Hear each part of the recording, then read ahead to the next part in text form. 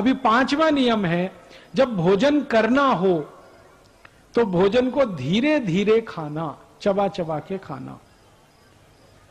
मराठी में कहते हैं ना, हड़ू हड़ू घ्या, सावकाश घ्या, धीरे धीरे खाओ, थोड़ा थोड़ा चबा चबा के खाओ।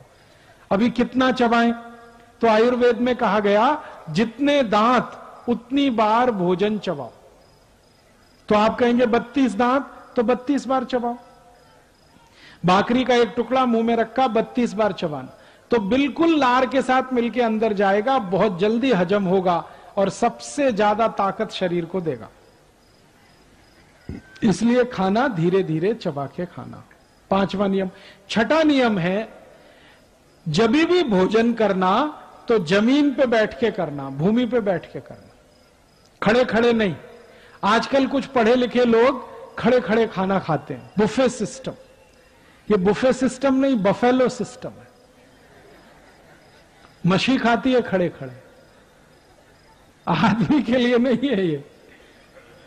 लेकिन ये पढ़े लिखे लोग हैं ही इडियट, करें क्या उसका। अमेरिका यूरोप की नकल करके खड़े खड़े खाना खाते हैं। खड़े खड़े खाना खाने में तकलीफ क्या है और जमीन पे बैठ के खाने में क्या फायदा है, वो जानिए। जब हम भूमि पे बैठे हैं ना, ऐसे करके सुखासन में आलती पालती मार के ऐसे बैठ गए, तो हमारा जो नाभि है ना, वो गुरुत्वाकर्षण बल के सीधे संपर्क में है। गुरुत्वाकर्षण बल नाभि पे जब केंद्रित होता है तो नाभि चार्ज होती है, फिर उसके बगल में जठर है, वो भी चार्ज होता है, अग्नि बहुत तीव्र होती है। तो इस स्थिति में बैठ के जो खाना खाए बहुत जल्दी हजम होता है।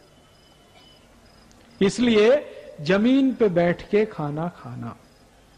फिर आप बोलेंगे डाइनिंग टेबल, डाइनिंग टेबल अच्छा नहीं है, कुर्सी पे बैठ के खाना कभी नहीं खाना। गड़बड़ क्या है, इसमें गुरुत्व केंद्र बदल जाता है और फिर वो खाना जल्दी हजम नहीं होगा। तो आप बोलेंगे डाइनिंग टेबल लाया तो अब क्या करना? डाइनिंग टेबल लाया है तो बेच दो, बेकार है वो, कुछ काम का नहीं है। अब बहुत लोग कहते हैं बेचने का दिल नहीं करता, तो मेरा एक सुझाव है, उसका पांव काट दो, एकदम नीचे आ जाएगा। तो जैसे पाटा होता है ना, लकड़ी का पाटा, वैसे डाइनिंग टेबल पे थाली रख के आप जमीन पे बैठ के खाना।